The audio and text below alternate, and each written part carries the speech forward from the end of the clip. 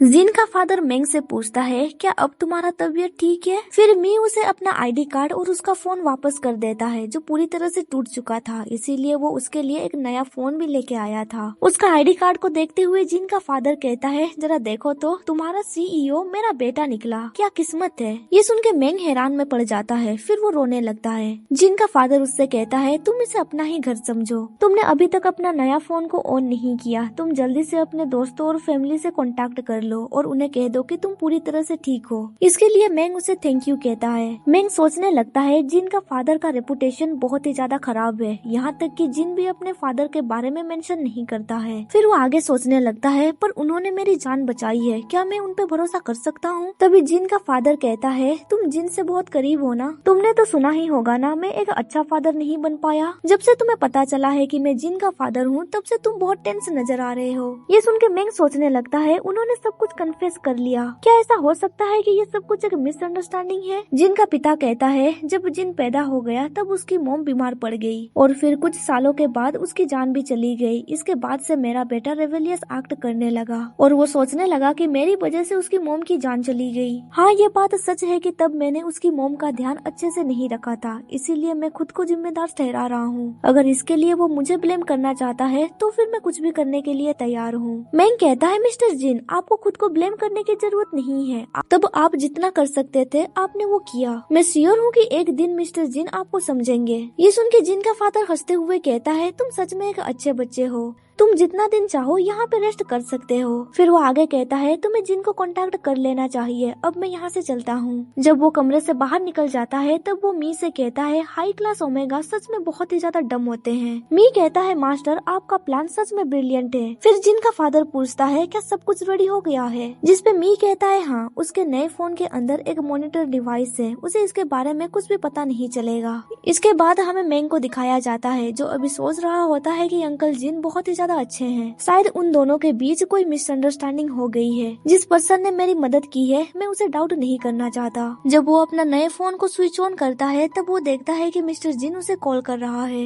मेंग के आंखों में आंसू आ जाते हैं क्योंकि अभी उसे गिल्टी फील हो रहा था। वो कॉल पिकअप करता है। जिन उसे कहता है क्या ये तुम हो मेंग, क्या तुम ठीक हो, तुम सेफ तो हो ना, अभी तुम कहाँ पे हो। पर मेंग अभी बहुत जोरों से रो रहा था। जिन परेशान होकर पूछता है तुम रो क्यों रहे हो। साइमन कहता है तुमने कॉल का आंसर दिया, इसका मतलब ये हुआ कि तुम पूरी तरह से सेफ हो ना, हमें प्लीज बताओ तुम सेफ तो हो ना। मेंग रोते हुए कहता है हाँ। ये सुन के जिन चैन की सांस लेता है। फिर मेंग रोते रोते कहता है पर बेबी। ये सुन के जिन परेशान हो जाता है और सोचने लगता है क्या हुआ। फिर वो शांत स्वर में मेंग से पूछता है मुझे बताओ अभी तुम कहाँ पे हो, मैं तुम्हें जल्द से पिकअप करने के लिए आ जाऊंगा। मेंग कहता है मुझे इस जगह का एड्रेस पता नहीं है, तुम्हारे फादर ने मुझे बचाया। ये सुन के वो दोनों पूरी तरह से हैरान में पड़ जाते हैं। फिर जिन कहता है मेंग वो एक बुरा पर्सन है, वो काइंड बिल्कुल भी नहीं है, तुम बुद्धू मत बन जाना। मुझे बताओ कि तुम अभी कहाँ पे हो, मैं तुम्हें लेने आ रहा हूँ। मेंग कहता है मिस्टर जिन मुझे लगता है कि तुम दोनों के बीच कोई मिसअंडरस्टैंडिंग हुई है। अंकल जिन ने सच में मुझे बचाया है और उन्होंने मुझे नया फोन दिया ताकि मैं तुम्हें कांटेक्ट कर सकूं। जिन कहता है वो काइंड पर्सन बिल्कुल भी नहीं है, वो जरूर कुछ प्लानिंग कर रहा है। मेंग क्या तुम्हें मुझ पे भरोसा नहीं है। मेंग कहता है पर उसने मुझे खुद कहा कि वो तुम्हारा पिता है। मुझे पता है तुम्हारी मदर के साथ जो कुछ भी हुआ है इसी रीजन की वजह से तुम अपसेट हो। पर जिन इरिटेट होके कहता है एनफ, उसकी हिम्मत कैसे हुई मेरी मॉम के बारे में कहने का,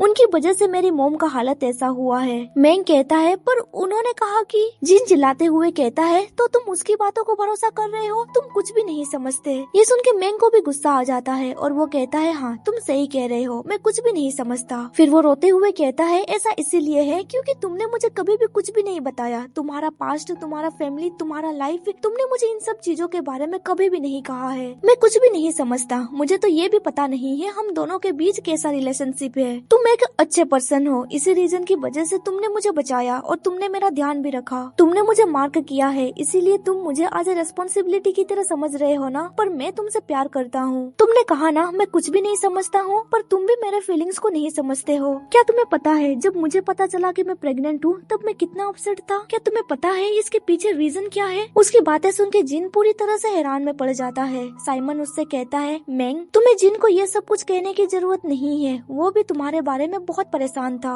वो भी इस बच्चे को अपनाना चाहता था। मैंग कहता है वो बच्चा अब नहीं रहा, वो चला गया। ये सुन के जिन कहता है, मैंग मैं माफी चाहता हूँ। मैंग कहता है, मिस्टर जिन मैं आपसे गुस्सा नहीं हूँ, मुझे भी नहीं पता मुझे क्या हो रहा है। फिर वो आगे कहता है, मिस्टर जिन क्या आपको पता है जब सिनान ने मुझे अगवा कर लिया था तब उसने मार्क रिमूवर इस्तेमाल किया था। तब मैं बस ये सोच रहा था क्या मिस्टर जिन का मार्क सच में डिसअपियर हो जाएगा। तुम्हारा मार्क शुरू से ही मुझ पे बिलोंग नहीं करता था, तुम बहुत काइंड हो इसीलिए तुमने मुझे बचाया था, और अब जो मैं डिजर्व करता हूँ वो मुझे मिल गया है और मैंने अपना बच्चा भी खो दिया। फिर वो जिन को एक पिक्चर भेजता है जहाँ पे हम लोग देख पाते हैं कि उसका मार्क पूरी तरह से रिमूव हो चुका था। ये देख के जिन कहता है, मैंग मेरी बात ध्यान से सुनो, ऐसा बिल्कुल भी नहीं है। पर उसकी बातें सुने बिना ही मैंग ने फोन कट कर दिया था। जिन परेशान होकर कहता है, हालांकि मैंने ये तुमसे कभी नहीं कहा पर मैं सच में तुमसे प्यार करता हूँ। ये सुन के साइमन सोचने लगता है जिन एक प्रैक्टिकल पर्सन है, वो कभी भी अपने फीलिंग्स के बारे में इस तरह से नहीं कहेगा। कुछ देर के बाद जिन कहता है, मैंने मिस्टर लिन को कह दिया है उसके सारे प्रॉपर्टी के बारे में छानबीन करने के लिए, हम एक के बाद एक सब जगह चेक करेंगे। अभी वो सोच रहा होता है, चाहे तुम कहीं भी क्यों ना चले जाओ मैं हमेशा तुम्हारे साथ रहूंगा। मैंग ने जिन के साथ फोन में जो भी बातचीत की वो सब कुछ जिन का पिता भी सुन रहा था। वो कहता है, मुझे ये जान के हैरानी हुई कि उसके मन में मैंग के प्रति फीलिंग से है। फिर वो आगे कहता है, वो सच में मेरा बेटा कहलाने का लायक नहीं है क्योंकि उसके अंदर मेरे जितने भी बेस्ट क्वालिटीज है वो सब कुछ इनहेरिटेड नहीं हुई है, चाहे वो हाई क्लास अल्फा हो या फिर ओमेगा, मैं उन सब के ऊपर राज करना चाहता हूँ। मी कहता है, मास्टर आप बिल्कुल सही कह रहे हैं। फिर जिन का फादर उसे एक पील देते हुए कहता है, तुम सच में बाकी हाई क्लास अल्फा से बहुत ही ज्यादा स्ट्रॉन्ग हो चुके हो, ये रहा अपग्रेडेड वर्जन पिल, सिर्फ तुम ही हो जिसके साथ मैं ये पावर शेयर करना चाहता हूँ। उस पिल को खाने के बाद मी कहता है, थैंक यू मास्टर। जिनका पिता कहता है, बाय द वे क्या तुम ऊपर गए थे, जरा चेक करो क्या वो लड़का अभी तक बेहोश है। आफ्टर ऑल मुझे उस लड़के पे थोड़ी इंटरेस्ट है क्योंकि वो एक स्पेशल अल्फा है। यहाँ पे वो सिनान की बात कर रहा था जिसे अभी होश आ चुका है। फिर हमें सिनान को दिखाया जाता है जिसे अभी अभी होश आया था। वो कहता है, ये सारा हाई क्लास अल्फा, अगर मेरी मुलाकात उससे दोबारा हो गई तो मैं उसे जान से मार डालूंगा। तभी वहाँ पे मी आ जाता है और कहता है, ओह क्या ऐसी बात है, तुम कोशिश कर सकते हो पर तुम मेरे खिलाफ जीत नहीं सकते।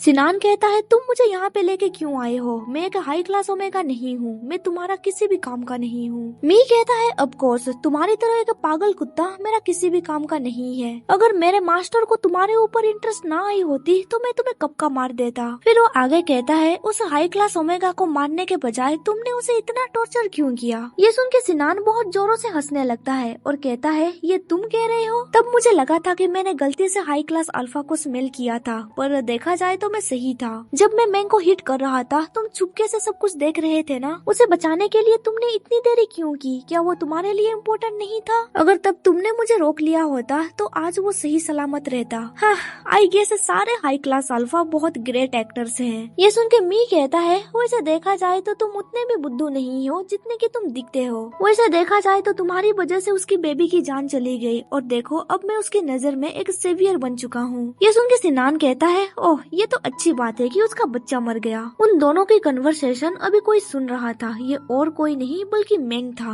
उनकी बातें सुन के अभी उसे बहुत ही ज्यादा बुरा लग रहा था। वो चुपके से अपने कमरे में चला जाता है। वो रोते हुए सोचने लगता है, क्यों उन्होंने मेरे बच्चे को क्यों मारा। मिस्टर जिन उनके बारे में सही कह रहे थे, उनका काइंडनेस फेक है। फिर वो अपने आप को समझाता है और कहता है, पता नहीं मैं क्या करने वाला हूँ, पर उन्होंने जो कुछ भी किया मैं उन्हें उनकी सजा दे के रहूंगा।